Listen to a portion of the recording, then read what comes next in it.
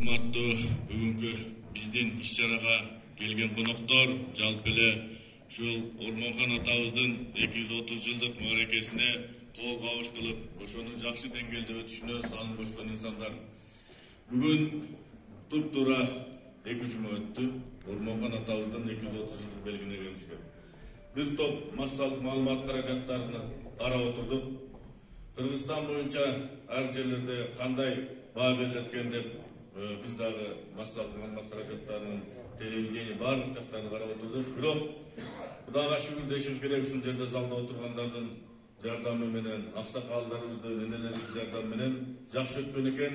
Массалык маалымат каражаттарында Ормонхон атабыздын 230 жылдык боюнча эч бир пикир жаралган жок. Баардыгы жогорку деңгээлде өткөндүгүн бир ооз сөздөрү менен, жакшы айтылган сөздөр менен кубаттап турду.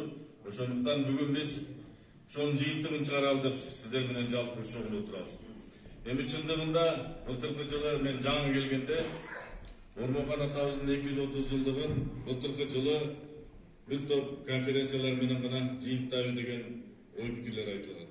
Ал убакта премьер-министрдин алдындагы жумуш топ түзүлүп, алардын иш-чаралары бекитилген болчу. Бирок ал жерде именно Кочкор районунда деп эч бир иш-чара бекитилген эмес болчу. Мына мен аким болуп келгенден кийин андан бейгам эле жөн эле ушу аксакалдар кээ менен акылдашсак, Ысык көлдө өтсө жакшы болот деп бириси айтты, бириси Соң көлдө өтсө жакшы болот деп өздөрүнүн акылдарын, насааттарын айтып отурду. Анан былтыркы жылы ушул күз айларында Акыл Өксөнбекович өзү келип Кара Суудагы спорт комплексти ачып аткандан сөз болду.